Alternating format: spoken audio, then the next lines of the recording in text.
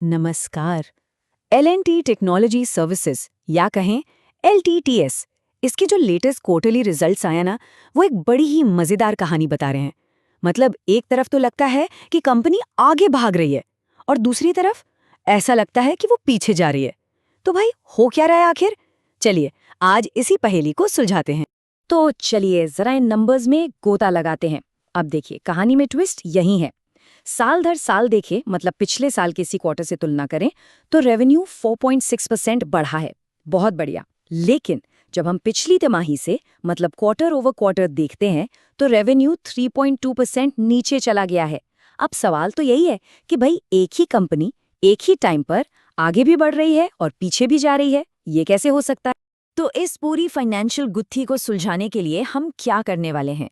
सबसे पहले इस कंफ्यूजिंग क्वार्टर को समझेंगे, फिर देखेंगे कि कंपनी इंजीनियरिंग इंटेलिजेंस की तरफ क्यों मुड़ रही है। इसके बाद हम देखेंगे कि इसमें क्या अच्छा है, मतलब ग्रीन फ्लैग्स, और क्या चिंता की बात है, मतलब रेड फ्लैग्स। और आखिर में बात करेंगे कि आगे का रास्ता क्या है। तो वापस आ जाते हैं अपने सबसे बड़े सवाल पर। ये जो नंबर ऊपर नीचे हो रहे हैं, ये अच्छी खबर है या बुरी? क्या कहीं कोई गड़बड़ है या ये सब एक सोचे समझे प्लान का हिस्सा है? तो ये रहे ऑफिशियल आंकड़े। Q3 का रेवेन्यू है $326.3 मिलियन। जैसा हमने कहा, पिछले साल से तो 4.6% ज़्यादा है, पर पिछले क्वार्टर से 3.2% कम। अब असली खेल इन नंबर्स के पीछे की कहानी में है। और देखिए, यहीं पर ये पूरी कहानी का सबसे ज़रूरी हिस्सा सामने आता है। ये जो मिक्स्ड रिजल्ट्स दिख रहे हैं ना, ये कोई एक्सीडेंट नहीं है, बल्कि ये कंपनी के एक बहुत बड़े सोचे समझे स्ट्रेटेजिक मूव का नतीजा है। इसे ऐसे समझिए, कंपनी ना अपने बिजनेस की एक तरह से छटाई कर रही है। जैसे माली एक पेड़ की सूखी या कमजोर टहनियों को काट देता है ना, ताकि पेड़ और मजबूत हो और भविष्य में अच्छे फल दे, बिल्कुल वैसे ही LTSS उन कामों को छोड़ रही है जहां मार्जिन कम है, ताकि वो फ्यूचर के लिए और ज्यादा स्ट्रांग बन सके। तो सवाल उठता है कि ये नया फोकस आखिर है क्या? कंपनी इसे नाम दे रही है इंजीनियरिंग इंटेलिजेंस, या शॉर्ट में EI। अब ये सुनने में भारी भरकम लग सकता है, पर है बहुत सिंपल। इसका मतलब है आर्टिफिशियल इंटेलिजेंस, मतलब AI के दिमाग को असली दुनिया की इंजीनियरिंग जैसे मशीनें, फैक्ट्रीज, इन सब के साथ जोड़ना, ताकि हर चीज़ ज़्यादा स्मार्ट, ज़्यादा एफिशिएंट बन जाए। और ये बात कंपनी के CEO और MD अमित चड्ढा के इस बयान से एकदम साफ हो जाती है।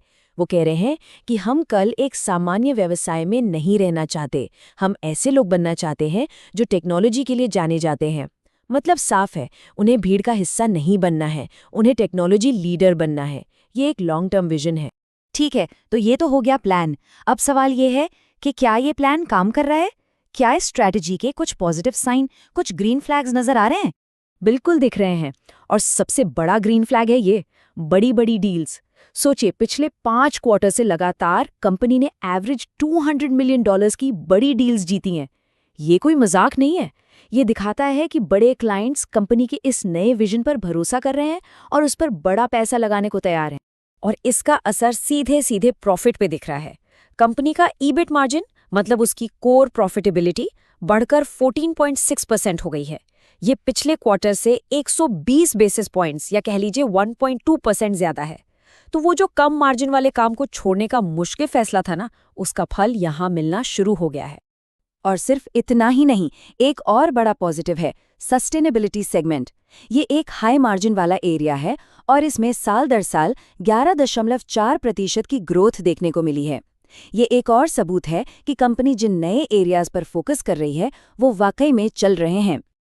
अब ये टेबल देखिए, ये पूरी कहानी को एक नज़र में बता देती है। आप साफ साफ देख सकते हैं कि मोबिलिटी और सस्टेनेबिलिटी सेगमेंट्स में ग्रोथ है, वो भी क्वार्टर ओवर क्वार्टर। गिरावट कहाँ है? सिर्फ टेक सेगमेंट में। और ये वही सेगमेंट है जहां कंपनी ने जानबूझकर, मतलब डिलिबरेटली, पुराने और कम मुनाफे वाले काम को बंद किया है। लेकिन कहानी का एक दूसरा पहलू भी होता है। हर बड़े बदलाव की एक कीमत चुकानी पड़ती है। तो चलिए अब बात करते हैं उन रेड फ्लैग्स की, मतलब उन रिस्क्स और चैलेंजेस की जो इस स्ट्रैटेजी के साथ आए हैं। और सबसे बड़ा रेड फ्लैग वो है कंपनी का घटा हुआ गाइडेंस।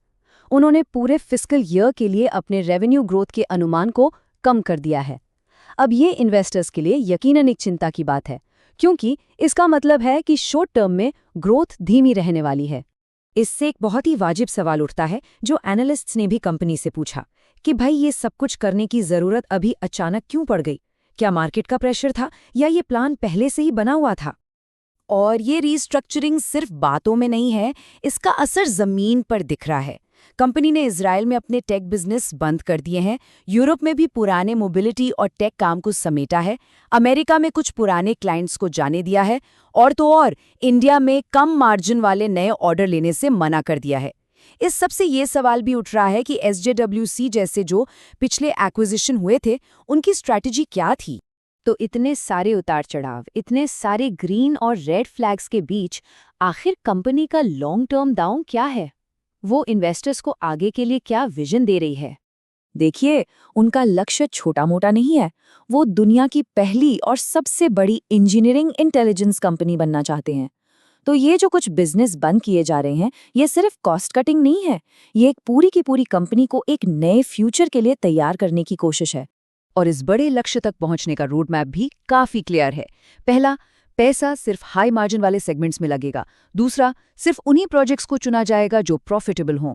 तीसरा, काम करने के तरीके को AI से और एफिशिएंट बनाया जाएगा। और इन सब का नतीजा, मिड 16% का EBIT मार्जिन हासिल करना। तो आखिर में पूरी बात इस एक सवाल पर आकर रुक जाती है, LTTS एक बहुत बड़ा दांव खेल रहा है। वो एक बेहतर कल के लिए आज का दर्द सहने को तैयार है। तो क्या ये शॉर्ट टर्म का दर्द लॉन्ग टर्म में एक बड़े फायदे का सौदा साबित होगा? खैर, इसका जवाब तो आने वाला वक्त ही बताएगा।